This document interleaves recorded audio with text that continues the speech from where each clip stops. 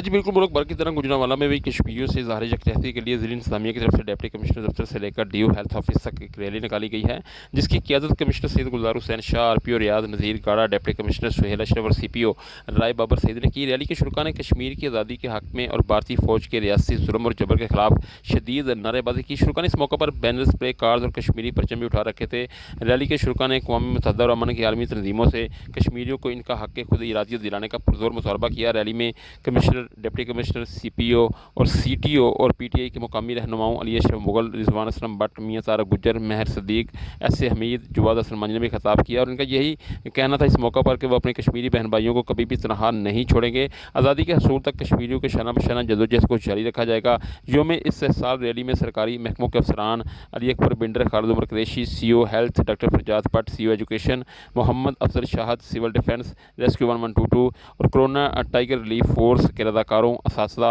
और civil society के नुमाइंदों समेत शहरियों की कसीर तादाद ने शिरकत की है।